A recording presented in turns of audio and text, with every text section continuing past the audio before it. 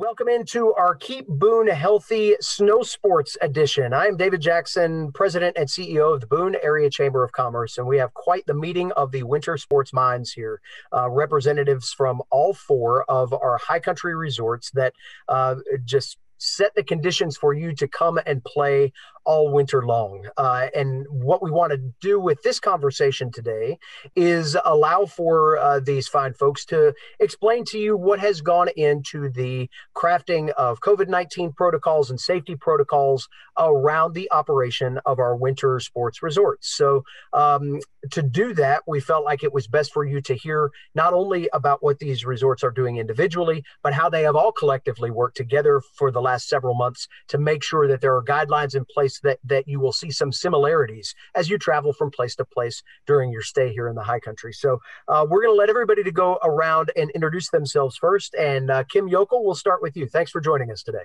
Okay, yeah, I'm Kim Yokel with Sugar Mountain Resort and president of the North Carolina Ski Areas Association.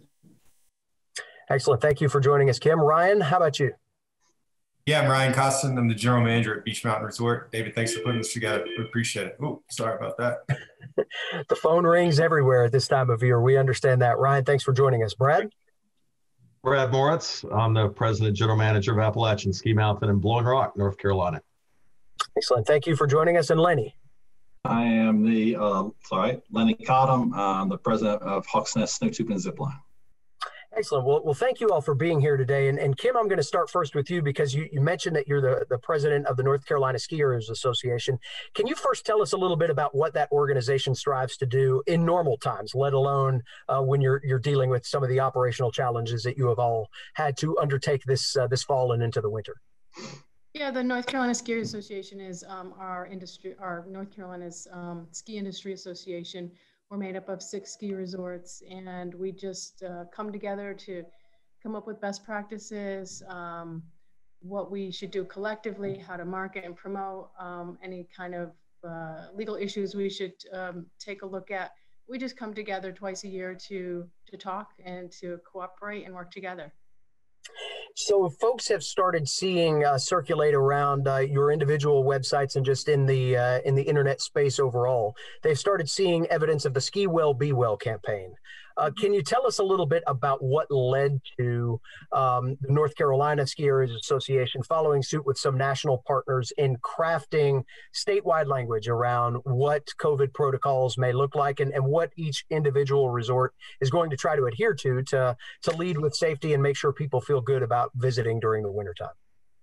Well, what led to it is, the ski industry in North Carolina has a huge impact mentally, physically, recreationally, financially. It has a great impact on the state of North Carolina. And so as an organization, we came together to figure out how we're going to ensure safe opening in the fall, because we all love skiing. We know it's a safe and good sport that we can all do in this time. It's not something the ski industry, we shouldn't sort of go away from it. We should embrace the advantages we have of skiing in ski areas and other, like Lenny's zip lines and snow tubing. We should embrace those recreational activities. And so as a result, the National Ski Areas Association put together a Ski Well, Be Well, and all of the ski associations in the country came together to put that document together. And I thought, what a great way to streamline that and make it specific to North Carolina the ski industry, because here we have the entire nation's top leaders in the ski industry putting together a document. Why wouldn't we take that information and apply it to the ski areas here in North Carolina? This is the best advice we've got collectively, and it promotes skiing and why we should all continue to ski in the environment, because it is a safe environment. I think as people look through the document too, they will come to have some of those aha moments about how well the ski industry really kind of translates into some of the COVID protocols we've seen manifest in other business lines. There are things built inherently into skiing and snow sports that just make sense when you talk about social distancing and outdoor space and things along those lines. Brad, I know your family has been involved in the industry up here for decades and decades, and you've seen the the business of skiing and snowboarding evolve over that time. How well do you feel like today's general ski traffic, everything from lift queues to how people behave on the mountain, really kind of lends itself well to the protocols that have been started nationally and now adopted here in North Carolina? David, I think that this year, more than any year ever, people are going to want to be outside. It's a safer place to be. And so I think that they've seen that this summer with both the zip lining and the rafting business have had record years. People have wanted to get outside. The economy is very strong. And with our operation at Appalachian Ski Mountain, there is no area of our operation that we have not made changes to try to give people a more comfortable and more healthy experience. And I think it's going to be just a great year. Ryan and Lenny, you both have been operating throughout the summer and in Sugar Mountain as well. But Ryan, with Beech Mountain taking on that 365-day a year, many other things that go on just other than what's physically at the resort with some of the other complementary things that you have in your area. What have you been able to study in terms of evolution? And Lenny, I'll follow up with you on the same kind of thing with the zip lining, but how have you seen processes evolve to narrow your focus down on how this needed to translate to winter activities from what you did in the spring and summer? Yeah, certainly. I think that it was nice that we've kind of were able to get a head start on implementing some of these changes that we knew were going to be in place coming this winter. I think to speak to what Kim and Brad have said, we've seen strong participation through the summer. People have wanted to be outside. We saw really strong numbers with mountain bikes and scenic lift rides.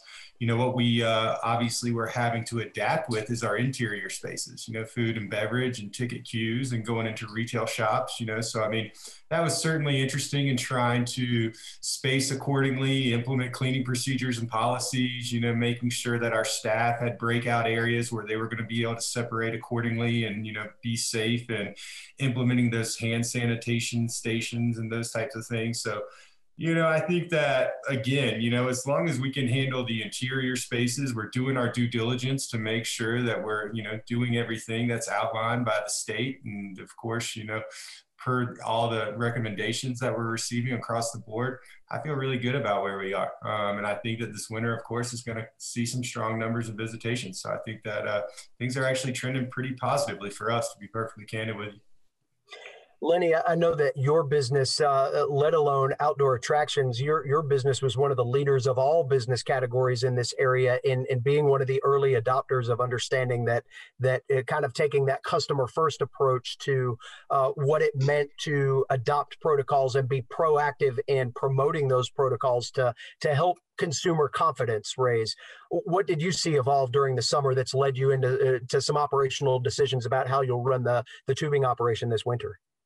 Well, I think the biggest thing that we saw is what, we could sit here and make a plan on what makes sense to us on how the operation will run and how people will perceive it and how they will follow along. But you really don't know that for sure until you actually get them out there and see that you can herd these cats in the right direction. So once you see how that works, then you can adjust yourself so now it makes sense to them too, as they're just coming on your property for the first time. They can see what you're doing. They can see that you're taking these precautions, and it all makes sense to them. It's all right in front of them, so they can see it. I think that's a big part of it. We've had the online sales all summer long with the zip line, and by continuing to tell them what's going to happen, what to expect when you get here, what to look forward to, how everything's gonna work itself out. That's been a big plus for us. That's going to help us going into the winter as well with the guests on how we know that they're going to react, as well as for our staff, because they've had a whole summer to get used to wearing masks, dealing with the customers wearing masks and that sort of thing. So I think it's just going to be a good winter. We've had a lot of demand for it already. We're getting a lot of phone calls. Anything outside, I think, is going to be very popular.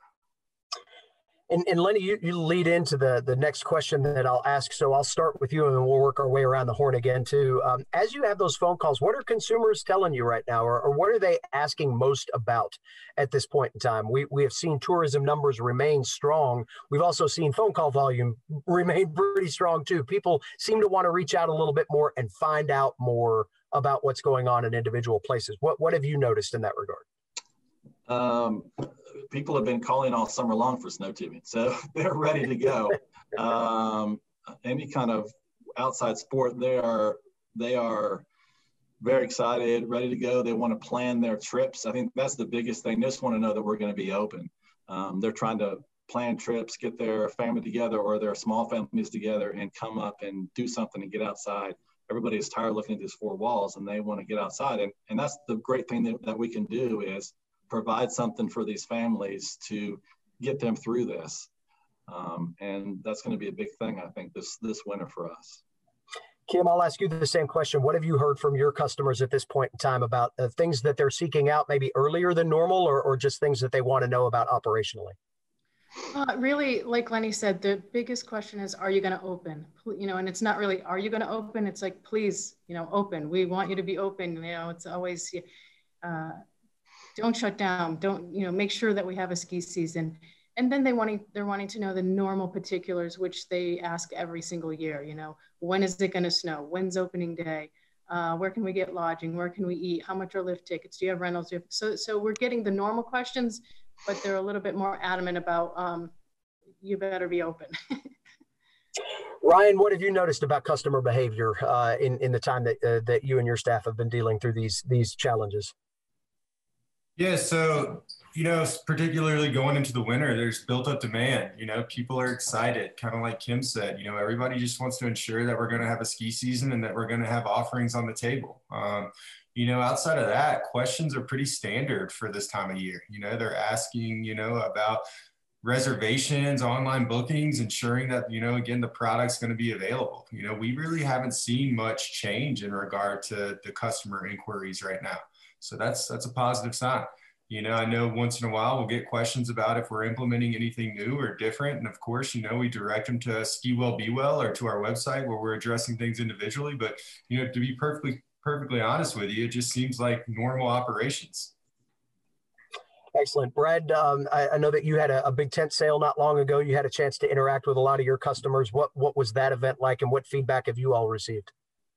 Well, we had lots of interest. It was a record sale in every respect, in a big way. So I think it definitely indicated that we had the type of interest that we're expecting for ski season. And we had people calling, asking about what we were doing to take extra precautions, and we had lots of things to tell them about. So we'll take this opportunity now to kind of give you all your individual chance to say how you have taken some of that Ski Well, Be Well guidance and manifested that into an operational plan, answering some of those questions. So hopefully if somebody's listening or watching to this, they can say, okay, well, I heard what these resorts are doing, and I am, put me in the car right now. Let's go. Let's get it cold enough to make some great snow, and let's start this thing already. So Ryan, I'll start with you, and we'll work around the horn again. What have been the most notable things at Beech Mountain that you and your staff have worked on specifically for the winter time now to make sure are buttoned up and ready to go for when you open the gates? Yeah, sure. Well, first it starts with the staff. So all of our employees are going to be having daily health screenings. They sign off on a employee health verification form before they start any of their shifts. If you're not on the clock and you're not on a shift, you're not in any employee area. So that was the big, step that we needed to ensure that the staff was going to be safe and following protocols, because without that, everything else kind of trickles down. So we were really focused on making sure that we put those policies in place and everybody understood what was going to occur from that point forward. So the staff, of course, everyone's going to be in a face mask. That's regardless if you're inside or outside. That's just going to be part of operating here. And then, moving forward, of course, additional cleaning processes. We have purchased a sprayed system where we go in every 5 days. We're going to spray all interior facilities with an EPA grade. It's almost an operating grade chemical cleaning solution.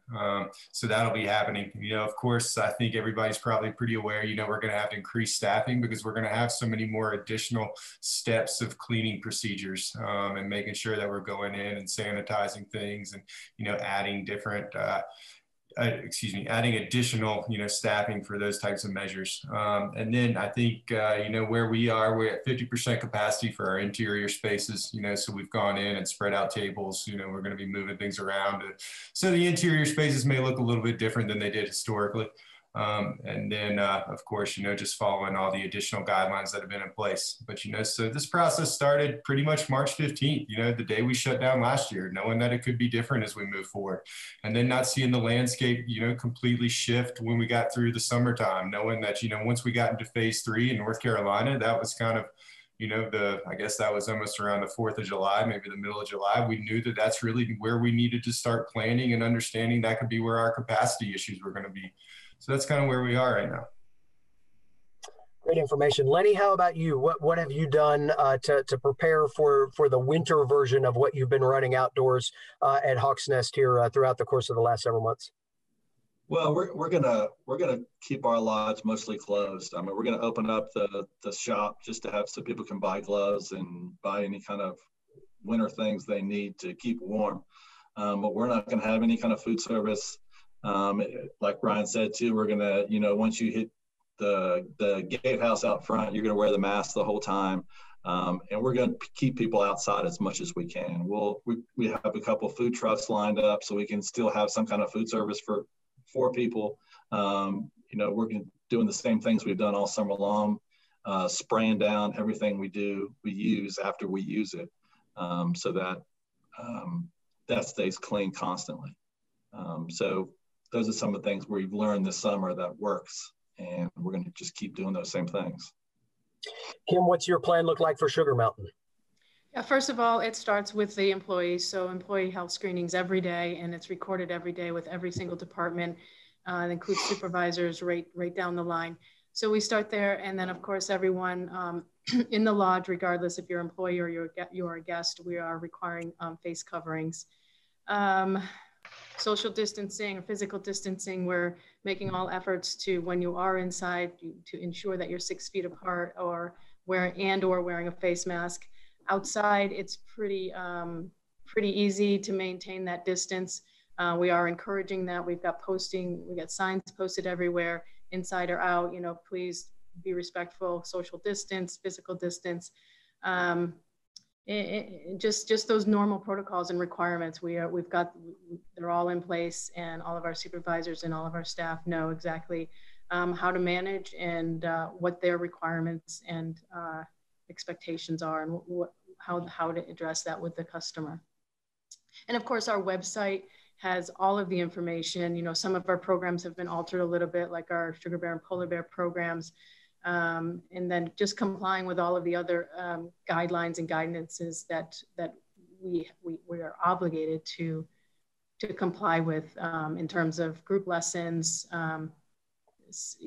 buying lift tickets, touchless transactions, putting up those screens at any transaction, ski shop, rental shop, lift ticket sales. Much of the screening or the barriers were already in place. Our ticketing was behind windows anyway, but some areas like food service and the sports shop didn't have those barriers, so we've put them up. And yeah, so what everybody's been doing is exactly what we'll be doing, and keeping a very close eye on it.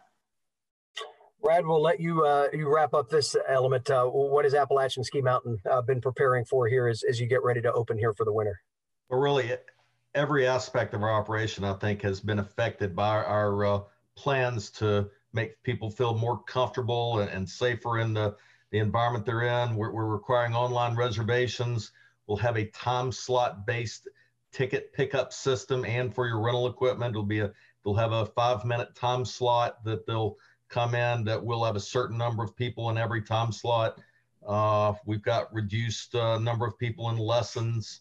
Everyone will have to have masks, both guests and staff, in the lodge, in the lift lines, on the lifts, on the ice floor at our ice skating rink.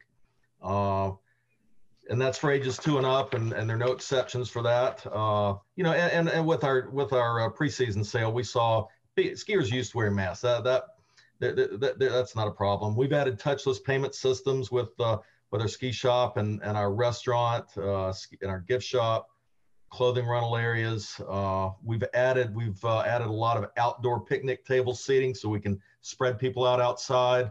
We now have seating for over 400 people outside, and we've also added some outdoor boot fitting areas right in front of the lodge. So we've got a 50% increase in space for people to sit down and put their boots on if they're renting equipment. One of the things we've done that I feel like is sort of interesting, we've added hands-free door pulls, so someone can even come to the ski area, never have to touch a door the whole time they're there. But we've got distancing signs on the floor. You know, our staff, we've spread them out and clocking in. We've got time clocks in 10 or 11 different areas now, and that's where they do their health screen and temperature check. And we've added some one-way areas in the lodge where to try to reduce cross traffic. And those are a few of the things. There are a lot more, and we've got, like Kim was saying, we've got it on our website, and you know, we're just trying to create a great experience for people. And I think lots of the things that we have done will help create a greater experience in the future too.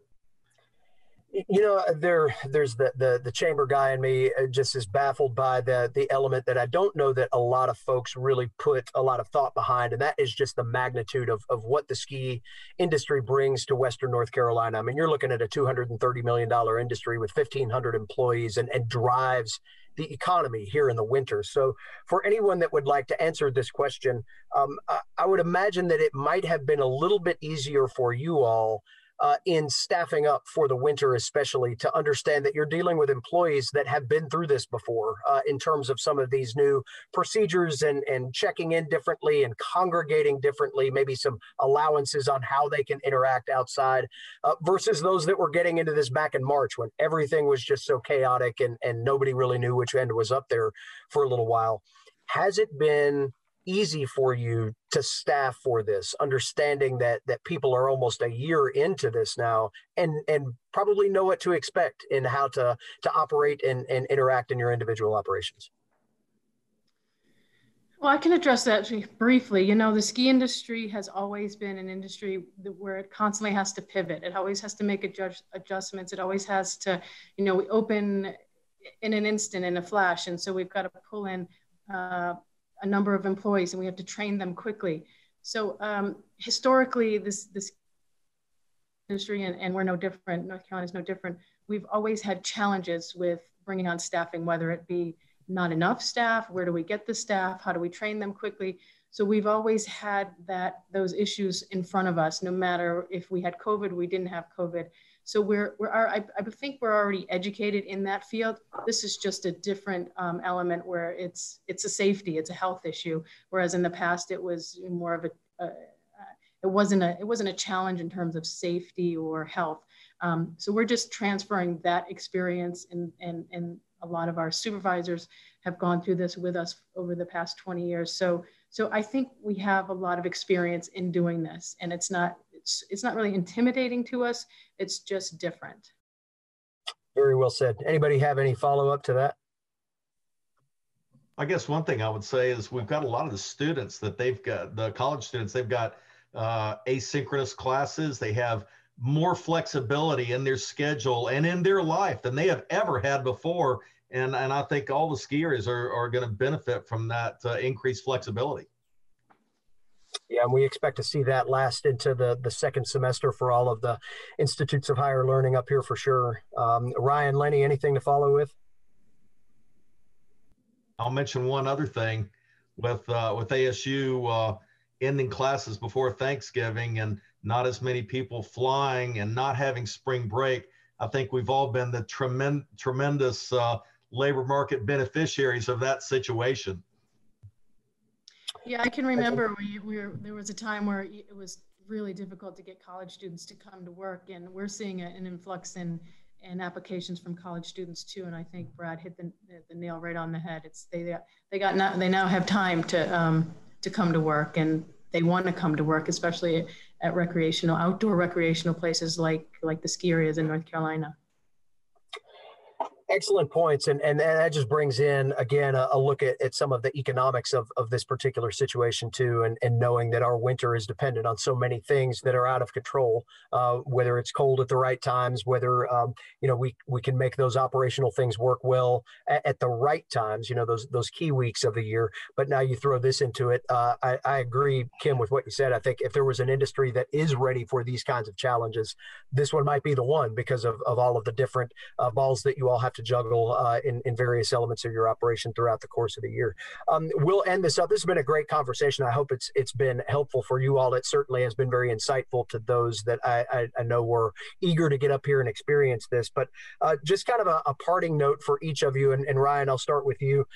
Any advice that you would give anybody that is ready to pack the car and travel and get ready to take on this experience? What would you say from an advice standpoint to your customers at this point? Yeah, certainly. I'd say, expect the product to be a little bit different. Be patient. We've implemented a lot of new things, obviously maybe some policy or processes may be a little bit slower than they were historically, just because, again, there are going to be some new things that we've added to ensure that we're operating as safely and in a healthy environment. So I think that may be a little bit of a new aspect for people, but outside of that, I encourage people to come out and participate. I think that everybody's really geared themselves to be successful this year, and we're excited about the winter. We've been looking forward to it and planning for months. So again, I'm just encouraged to see people come out because I think they're going to have a good experience across the board. Excellent. Lenny, how about you? I would just tell people to go online and buy their tickets because it's gonna sell out quick. I think there's going to be an increased demand. It's probably be a lot of demand during the weekday that we're not normally used to seeing because, like we said before, people have a lot of flexibility in their time. So a lot of these kids that are Zooming from home, they're probably going to go out and ski in the morning and do their homework in the afternoon. So we're going to have a lot of flexibility. We're going to have a lot of weekday traffic that we've always yearned for, and we're going to get it this year. So I would tell people, get your tickets ahead of time. We've got tickets sales online, the waivers online. So all you have to do is come up, get your tickets, and off you go. So that's some good advice. Just do that. Get your tickets ahead of time. Excellent. Kim, how about you? I don't really have a whole lot of advice, maybe really more some comments. Our summer season, we just saw a lot of respectful people, a lot of people that were happy. So I think people are coming here already with a better attitude. And so I guess there's really the only thing to speak to is those who don't want to comply or don't want to or have concerns or who don't feel like they're putting themselves in a safe environment by coming to our ski areas. I would recommend that they just don't come, just stay home because you don't want to feel uncomfortable. But like I said, this summer, we saw a lot of almost a change in attitude of people coming. They're respectful, they're happy, they're thankful, they're grateful. And I think we're going to continue to see that through the winter season. So, I guess just be prepared like any other vacation. Go online, do your homework, figure it all out before you get here so you know, and you don't get frustrated or you don't get impatient. But like Ryan said as well, things may move a little slower. Hopefully they won't, because I think what this virus is doing is telling people to slow down, to take a step back, to spread out. And that's what you can do here at Sugar Mountain, at Beech Mountain, at Appalachian Mountain. You can spread out. And to Brad's point, a lot of us have increased our outdoor seating. So you might shiver and freeze out there, but we're probably gonna put some heaters out there and stuff too. So advice, it's hard to give people advice. We would welcome them here and be patient, I guess. Eat your French fries quickly and get back on the slopes is what we're telling people. Brad, your final thoughts here. What would you offer as advice to those that are getting ready to head this way? I guess just two things. One is, if you buy your tickets in advance, which we're asking everyone to do, that's going to make you minimize your time inside and maximize your time outside. It's going to minimize your time getting your rental equipment. And the other thing we ask is have your face covering and be prepared to wear it anytime you're not skiing, on the ice floor, in the lodge anytime. Don't forget to wear it when you come back in outside at the end of the day, and wear it in the lift lines. We want to keep everyone safe, and we want to have a great ski season. Well, on behalf of our entire community, I thank you all and your staffs for what you do to serve as the magnet businesses that you are here. We're getting ready to get into our busiest weekend probably of Choose and Cut coming up here in the next few days, and certainly as soon as the temperature drops, we're going to see all of you open and enjoying the camaraderie that is winter here in the high country. I'm ready for whichever one of you decides to implement school inside the ski resort, so we can just have the Zoom class on a lift. I mean, it's an opportunity. We say that jokingly, of course, but I know that you all will thrive. Thank you for your attention to detail. Again, for those of you that are interested, you can visit any one of these sites. Hawksnest, Beech, Sugar, Ski Mountain, they're all promoting the Ski Well, Be Well plan. I encourage you to take a look at that. It'll give you an idea about some of those operational things. And again, put some thoughts in your head too about, you kind of social distance when you're in a lift line because you've got skis and snowboards that are so long, and obviously ski lifts are kind of dial themselves in pretty well to what we're looking at in other areas in terms of social distancing. So read up on that document, make your plans to come and join us here this winter. And we certainly thank all of you for getting together at a very busy time and sharing with us today. Thank you very much. Thank you, David. Yeah, Thanks, David.